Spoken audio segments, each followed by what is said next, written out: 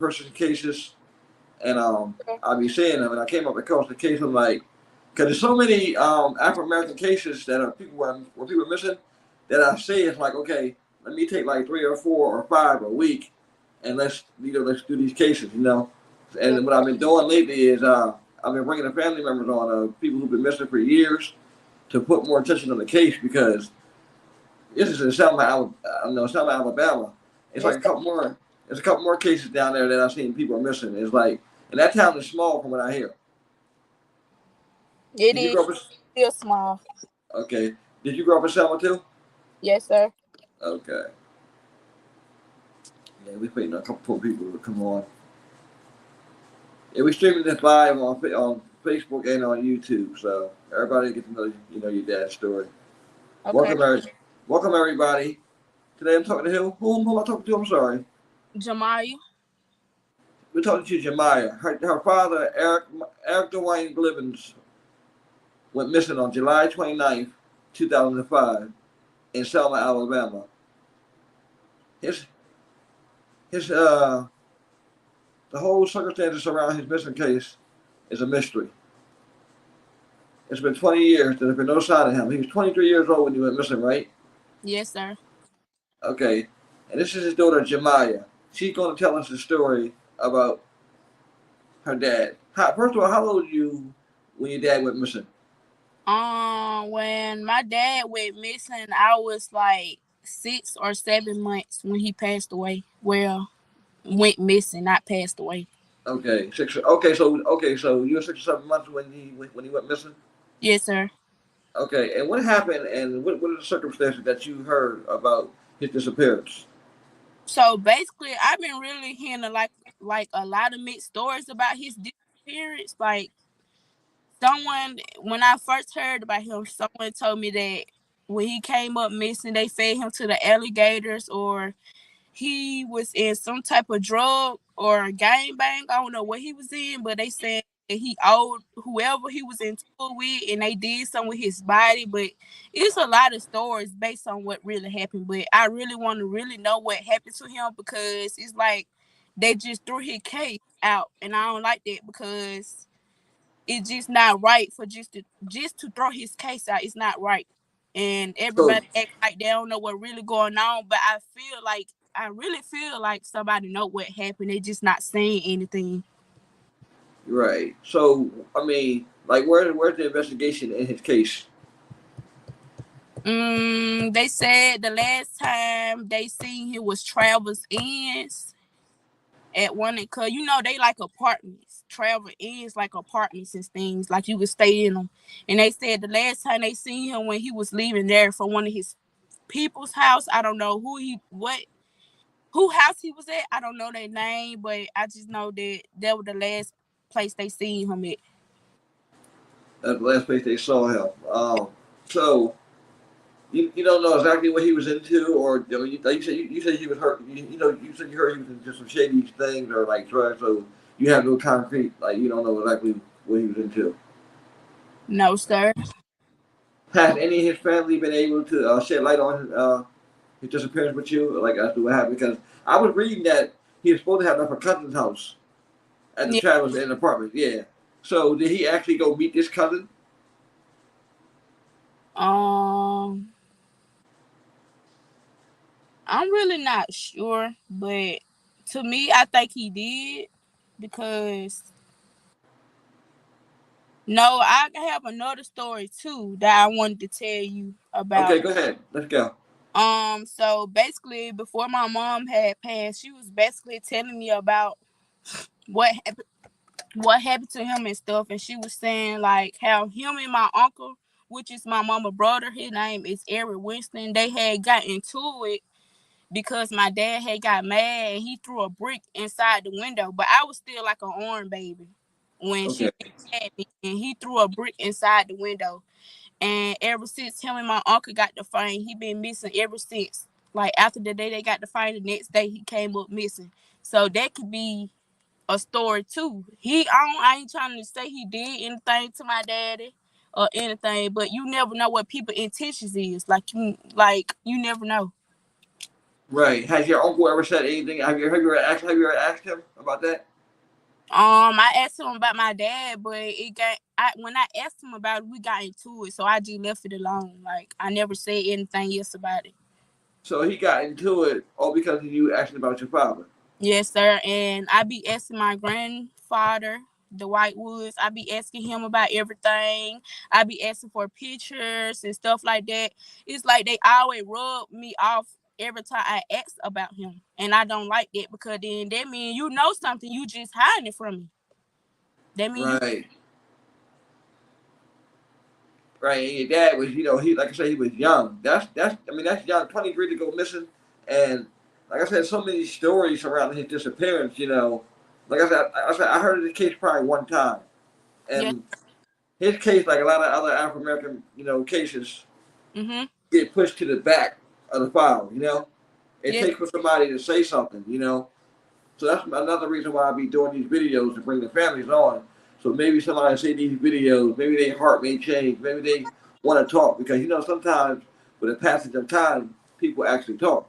Yes, sir. You know, so I'm very intrigued by this case, and I'm glad that you actually came on here and spoke to us, and talked about your dad, because it's been 20 years, but I know the not knowing part is the worst part of the whole situation. What does your mom think happened to it? I mean, do your mom actually think that her brother has something to do with your father's disappearance? I don't think she was just telling me that to think that, but she was basically like just telling me a story about when the last time she had seen him and stuff. Okay, I guess so. She got a story, and other people got stories too. So they Yeah. really don't know. That's why it's conflicting stories. Mhm. Wow, that's a lot. That's a lot. How have you dealt with this all these years? I mean, I know you were only 6 or 7 months, at the time, but what made you like? How But old were you when you started? When you really wanted to know what happened to him? so what really happened, like how I really found out, because when I was growing up, nobody never said anything about me to my dad. I just thought he was like, just out there. But until I got to the age and I did some research, and then when I started meeting like my dad's side of the family, they was telling me, "Oh, you look just like your dad. You look just like your dad." And I would ask them like, "Who is my dad?" Because I never seen him before. And then it got to the point where I started getting older and I started realizing, okay, I could do something about this. I can't just let this slide. And I started searching his name up and stuff on social medias and stuff. And I had found that article. And ever since then, it just been on my mind, like real heavy. So nobody never told you? How old were you when your mom passed? I was 14. 14. Wow, that's young too. Both parents at a young age. Yes, and I think my mom and my dad was the same age. So he got to be 42 right now. So your mom would have been 42. Yes, sir. Okay. So um like so nobody ever went to the police and said, "Hey, this is what happened to Eric." No, No. there was never no tips or nothing. No, no, sir. Speaking of the police, my granddaddy actually is a sheriff. He a sheriff for Alabama. I mean for Selma. For several police, Yes, sir. He a sheriff. A sheriff. Yeah. and they never investigated the case or brought the case up or anything like that. They just closed his case, but I said that I had called the court office and they were saying that I could open back his case up his case on August the 17th of this year. Why you gotta wait? Why you have to wait till August 17th to open the case back up? I really don't know. It's really complicated. I don't know. I don't know. It just seems kind of strange that they tell you, August 17th or give you a date on when you got to open up a cold case. Because he's been missing for 20 years, so it's definitely a cold case. Yes. It should be able to open up any time. Yeah. Um, so now his side of the family, first of all, his mom, his dad didn't know anybody. Nobody, they didn't have a clue, or his mom, dad didn't know anything. Because I heard his father was a sheriff too. Right? Is that right? Yes, sir. His father was the police at the time, right? Mhm. But his mom, I never knew her. I only met her when I got to like in middle school, 7th grade type stuff, and I was like 13 when I first met my grandma, and the last time I only seen her one time because the next time I came around to see her, she had passed away. They were telling me she had passed away because she had cancer, so I couldn't really sit down and talk to her about the situation. Okay. So, I mean, has had anybody been able to shed any kind of light to you on what happened? Not at all. So you basically No. just reaching out, trying to find out some answers. Yes, sir. Okay. So have you had any help or anything like that? No. No help at all. I mean, have you reached out for help and like to ask different people? Yes, one of my friends, her dad had just recently passed, and she told me to get a reading done on him, like a Mm-hmm. reading what really happened, like with the spiritual people. So I said I was gonna try one of those and to really see what really happened. Oh, okay. Yeah. Cause yeah, you definitely deserve to find out. Yes, sir. What happened to your father. Like I said, it's just like I said when I read, there's so many stories, and then like there was different dates that he went missing on. It's like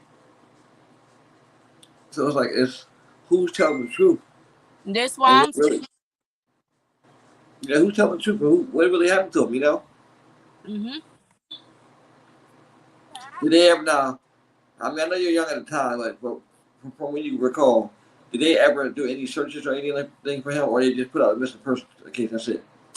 I think back then they did a search for him and they had a prize reward out for 5,000, but I don't think nobody ever found him or anything. And also too, Selma is a small town, right? Mhm. I hear that because, like I said, it's a couple other people. It's other people missing from Selma too. Oh yeah, I know. Yeah, like how do you? I mean, if this town is so small, like what do you think is going on? What's happening? Why these people are going missing in Selma? If you want to be honest, I really think people just like with the missing people, it Uh, either them burning up their body or doing something with it or just throwing them on the side, like or just like with the alligator situation. I kind of think that's true because if you get eaten by an alligator, who gonna know you got ate by an alligator? Ain't that's nobody. true. That's true. So I really think that people be knowing what really going on. They just don't want to say anything because they know whoever did that to that person gonna come back for them. So that's why they probably ain't really saying anything about it. Right, right. And like I said, he was young at the time. That's 23. That's young. That's young. Yes. So And then from what I really ain't never heard anything bad about my dad. Like, ain't nobody never told me he was a bad person. They always told me he was a caring, love person. He loved the people. He always pick people before him, just like I do, because I do it all the time. Like, they never told me anything bad about him. So I don't know. right. And I know it's kind of hard. Like again, not knowing, and then the people who you think that would give you answers, haven't had any answers for you. I know that's been very frustrating. Yes. And it's just crazy because they don't know how it feel. Like, they always have something to say about it, but they really don't know how it feel. Knowing you never met your dad and he came up missing, then your mom passed right after that. Like, you don't got nobody else. Ain't nobody gonna treat you like how your mom and dad gonna treat you. It's true. And It's true. then it got to the point where it was rubbing on me to the point where I just stopped being myself at one point. Once upon a time, like I always used to be mad all the time. I used to always stay in stuff because it was just so much anger built inside of me. Like, it was just so much anger. Right, right. I totally understand anger, frustration, stress. You Mhm. know, you had to weight you had to weight of the world on your shoulder at a young age. Like I said, losing your dad, going missing, then your mom passing. That's a lot. Yeah, and then before my mom passed, I was already still in school and I was still young. And then she got sick. So I ain't had no choice but to step up and try to grow up fast to help my mom, even though we had a close bond. But she was sick, and it got to the point where she was sick. She used to always be mean and stuff, and we used to stay into it. But I used to always tell her sorry after. And it got to where the point where I really had to help her take her places, and it was just so much stress on me because I ain't had nobody there for the help. Like I had people there, like people were there to help my mom, but not how they supposed to be. Like they Right. there, and it made me grow up fast. And then when I started feeling myself, and I had my first child, and it just went from there. I had to mature up. I had to do better because I couldn't stay in my same mindset with everything going on and everything get put on me. So Right. I Right. had to hit on my big girl penis and do what I had to do. And I don't blame nobody else for my actions either because I know I did stuff I was supposed to do, but it's more to it too. It's not just me. Right. It's more to it. Right. Right. Right. But you know what? The first step is like owning up to everything and admitting everything, and you done that. So I commend you for that. Like I said, weight of the world was on your shoulders. How you strive. Honestly, tell you the truth, I don't know. Me as a kid, I didn't have my parents around, but they're around when they run around. But to lose them that early, I don't know how it would feel. I don't know what I would do at that young age. To lose my parents. I can tell you that you're very strong, very Yeah, strong. I tell myself that every day. I just keep going, and it's just crazy. And I be seeing other people treating their mom and their dad wrong. I be telling them, hey, you better treat them while they here. You better treat them right while they here. Cause when they ain't here, ain't nobody gonna treat you like how they treated you. That's Everybody like you a trash bag on the side of the road. Cause I already experienced that already. So I know I be telling people, I really be trying to give people advice and like really tell people my story so they can understand why I'm telling them not to do that. Because it is hard. Like I'm not even finna sit here and act like it's not hard. It is really hard. right, right, right. It is. I know too. I lost my mom when I was 17, so I know how hard that can be by itself. So I definitely know. Um, your father, like I said again, his case. I think this is probably the first time that by you talking about it and we talking about it live.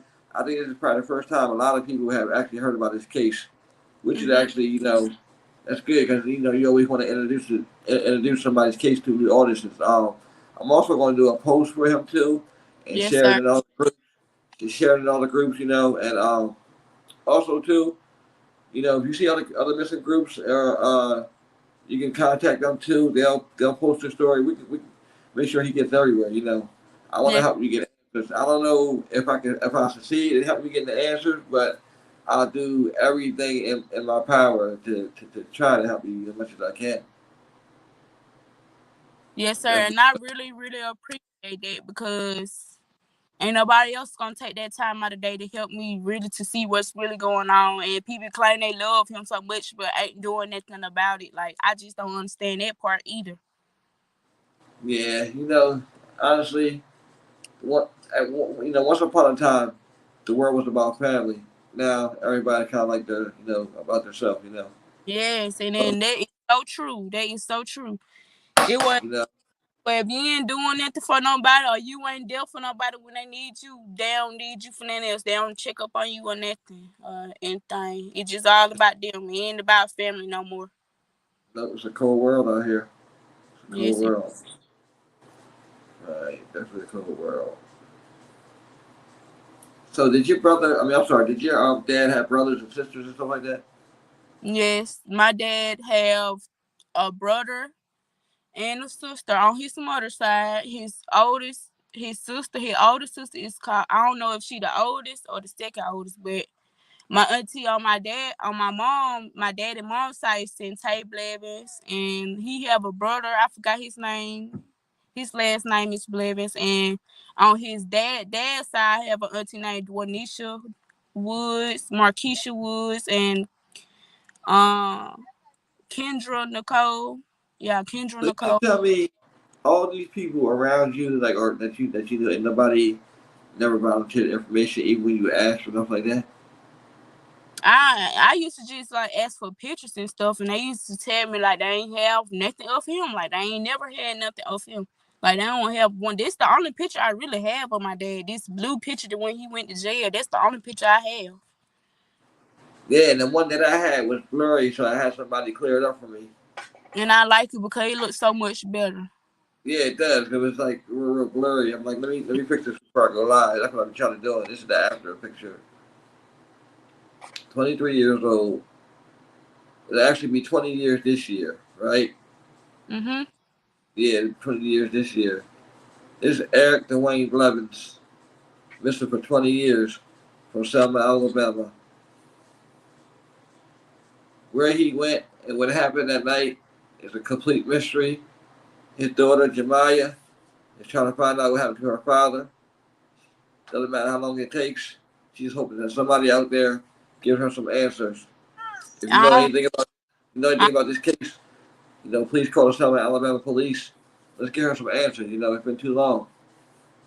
I don't care how hurtful it be. I don't care how bad it sound. I just want to know to like get like a little more stress off of me, cause it got to the point where I first started out, it was stressing me out so bad. Like it was just stressing me out. I understand. I totally understand. Do you want to say anything else? Um, all I'm gonna say is before we get off, if you have your mom and your dad and they still living, they provided for you and doing everything they can for you. It don't matter if they just giving you one piece of bread on the table. Appreciate that because when they gone, I'm telling you, nobody is gonna treat you how your parents treat you. I don't care if it be your sister, your auntie, your cousins. Everybody' true colors are going to show when your parents pass away. And I'm telling you this for a reason because I already vouched this already. Soon my mama passed. I already know. I'm just telling y'all, please appreciate y'all parents while they here because when they gone, it is going to get hard. It's gonna get hard. And most definitely, if you don't have a support system for it, it's gonna get hard. So appreciate them while they here because it's not no joke. It's nothing to play with. It's definitely not. I want to thank you so much for coming, Jemiah. Jemiah is here again. She gave the story of her father, Eric Dewayne Blevins, missing for 20 years. He went missing on July 29th, 2005, in Selma, Alabama. And I want to thank you for taking your time out today to really sit down and talk to me about my dad. Oh, no problem. And if you need anything else, or you think about something else, and you want to come back again and talk again, you're more than welcome. Yes, sir. Yeah. Thank you so much for coming on, and you have a good rest of the day. You too. Thank you so much. Yeah, you're welcome. All right.